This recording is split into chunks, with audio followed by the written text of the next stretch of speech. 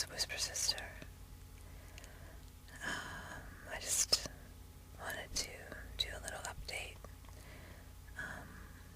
It occurred to me I haven't really done one in a little while. So yeah, just wanted to say hi.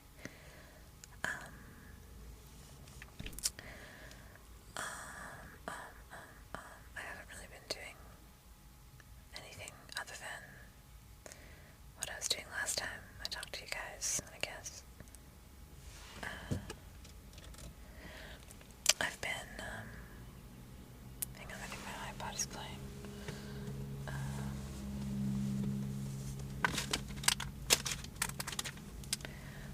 Yep.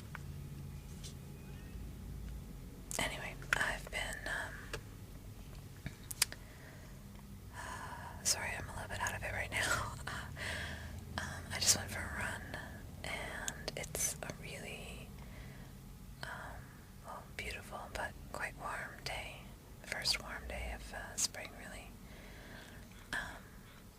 And I just got over a flu that I kind of forgot about. I went running it as if it was sort of, as if I was at 100%, which I'm not, partly because of the flu and partly because I've just been slacking a little bit, and my cardiovascular strength is not what I expected it to be, I guess. So, yeah, it was freaking hot, and I think I gave myself a little bit of heat stroke or something, and then I walked. Usually I run for like half an hour, 45 minutes, and then I walk a lap or two, and then I stretch, and then I go home. But after I finished stretching, I decided to lay down in the grass for a bit and listen to music, and I fell asleep for about an hour. I think I got a sunburn. So, yeah, I've had a bit too much sun, not really much to eat, and I'm still leveling out after that flu, so I feel a little bit funny. I think I should probably eat something. So yeah, I won't make this a very long video. I just wanted to say hi. I'm going out to a show tonight. A local band, a new band, some friends of mine. And it should be good. Dance a little bit. Have a couple drinks, I guess. Leave my phone at home so I don't do any stupid drunk texting, because I've gotten to be quite a pro at that, and it doesn't really get me anywhere. Except embarrassed. Oh, whatever.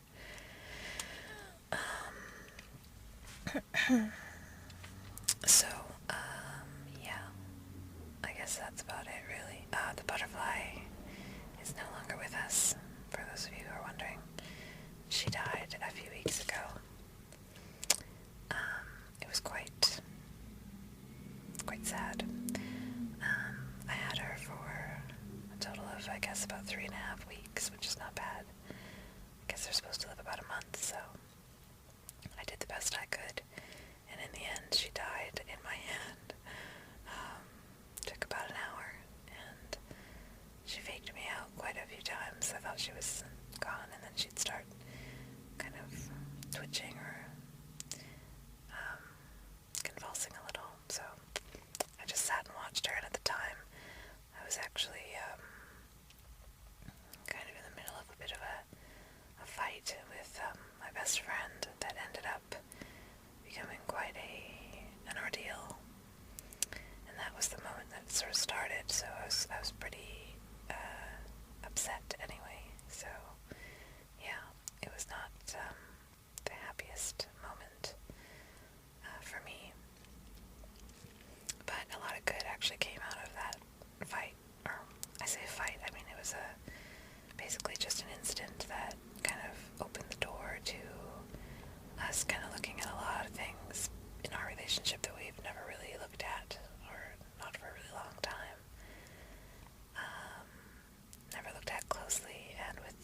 purpose of, really seeing things honestly and each sort of owning our own parts in it and seeing how we can improve things.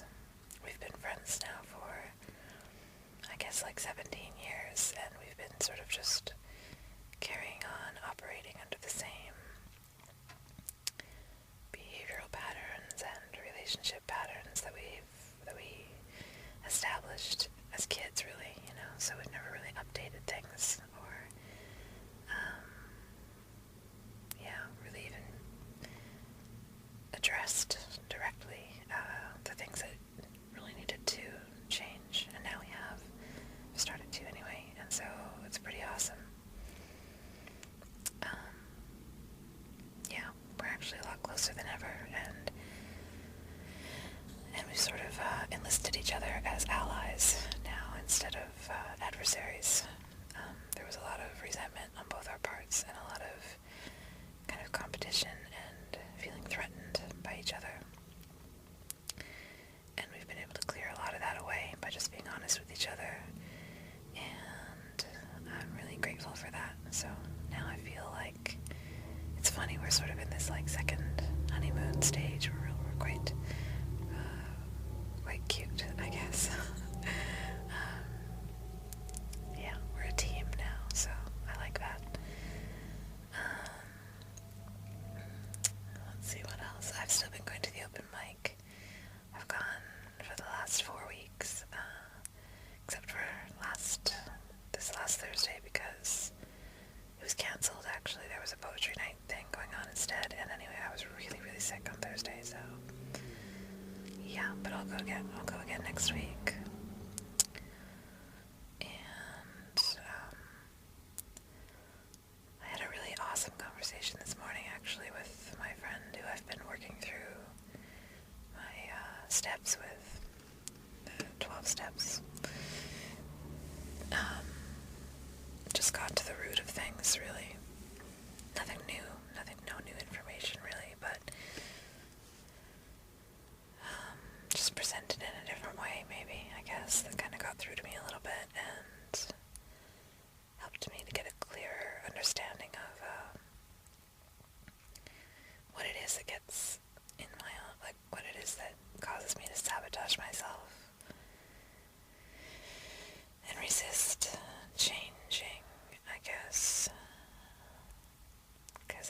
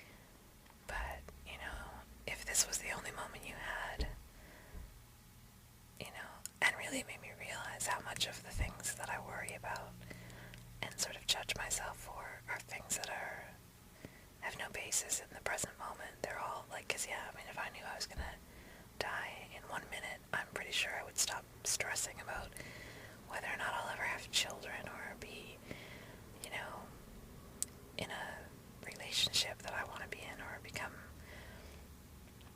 realize any of the goals and aspirations that I have. I would probably just enjoy that last minute, or just be terrified, but that's a separate issue. But yeah, I'm not sure where exactly I got so caught up in trying to measure up to some ideal, whether it was something I came up with or other people put on me. So anyway, she suggested, like, looking back at times when I felt, basically finding evidence for me being acceptable just to myself, forget the rest of the world.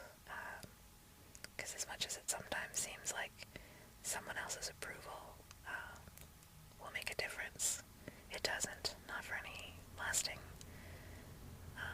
period of time, not in any real way. It doesn't take long until I just start to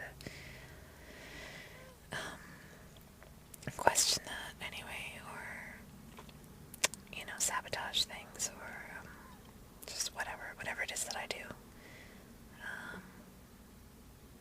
So, yeah, kind of gave me something new to think about. And she suggested, so the three things, the homework that she gave me are, to look and try and find evidence of me being acceptable. Moments when I have felt, at peace with myself. And then to practice gratitude, which is something that I often overlook. And it's funny, she recommended, she told me about a friend of hers who had made a conscious effort to start practicing gratitude every night before he went to bed, just thinking about things that he was grateful for.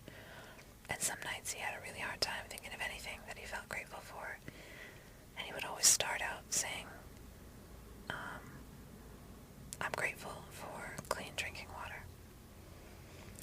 And, yeah, I mean, something like that, taking it to a large scale,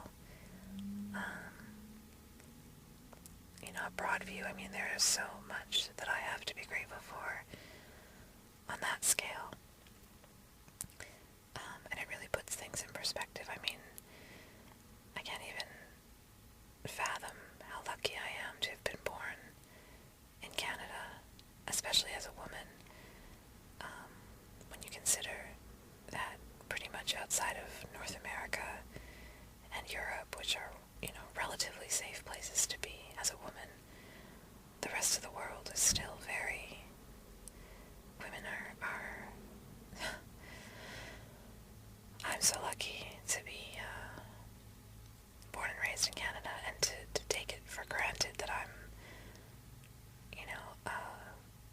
an equal person who deserves to be treated fairly and to have safety, and that I even have the luxury to be concerned with the things that I'm concerned with. I mean,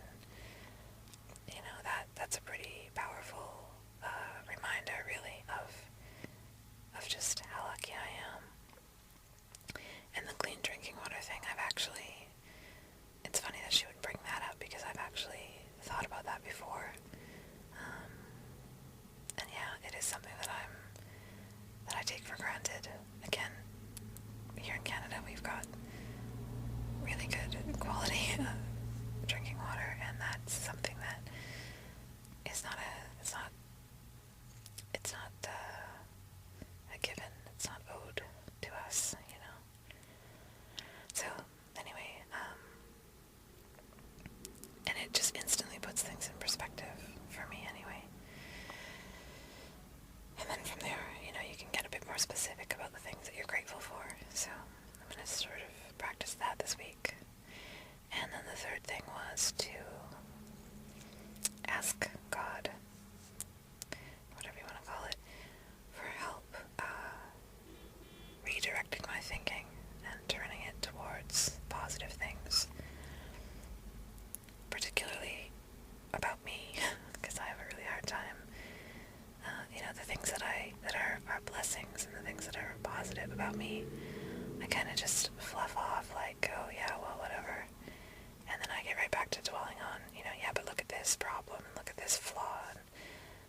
just get so fixated on everything that's wrong with me and wrong with my life and wrong with the other person, and every way that things don't measure up to my idea of how they should be, and I just completely overlook all of the amazing blessings that I have, and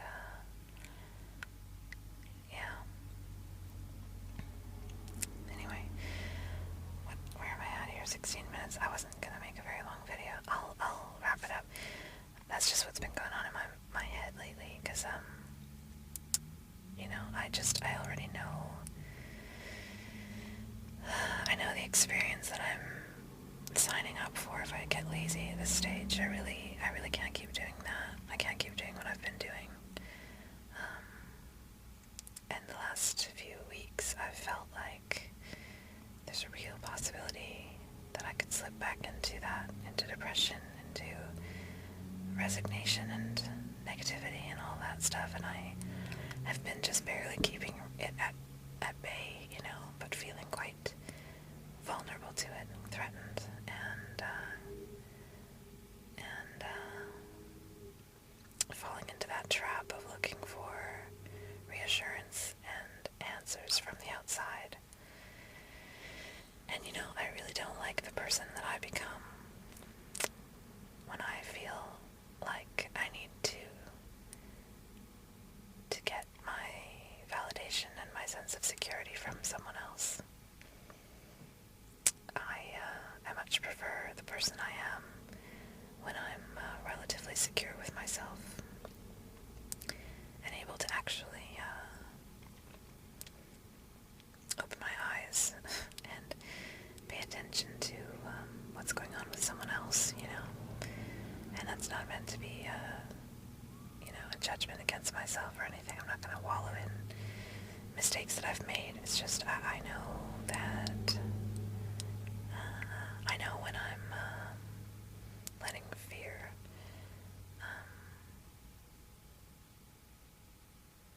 I know when I'm letting fear